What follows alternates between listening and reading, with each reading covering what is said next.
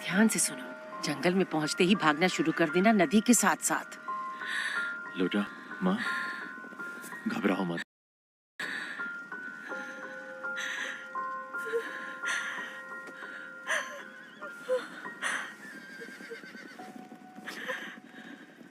तुम ज्यादा मत सोचना, बस भागती चली जाना।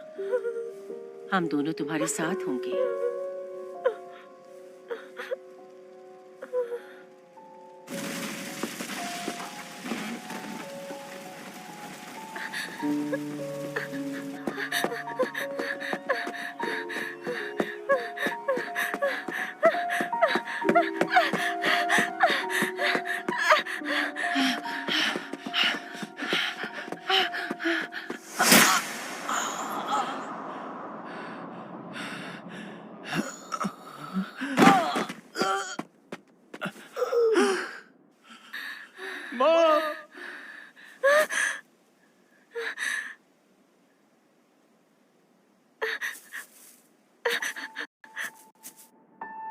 संभलिए, उठिए माँ।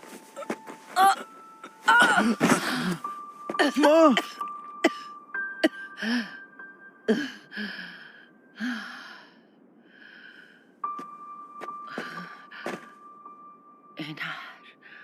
भाग जाओ, मुझे यहीं छोड़ दो। नहीं माँ, ऐसा नहीं होगा। मैं आपको लेकर ही जाऊंगा। माँ, क्या हुआ माँ?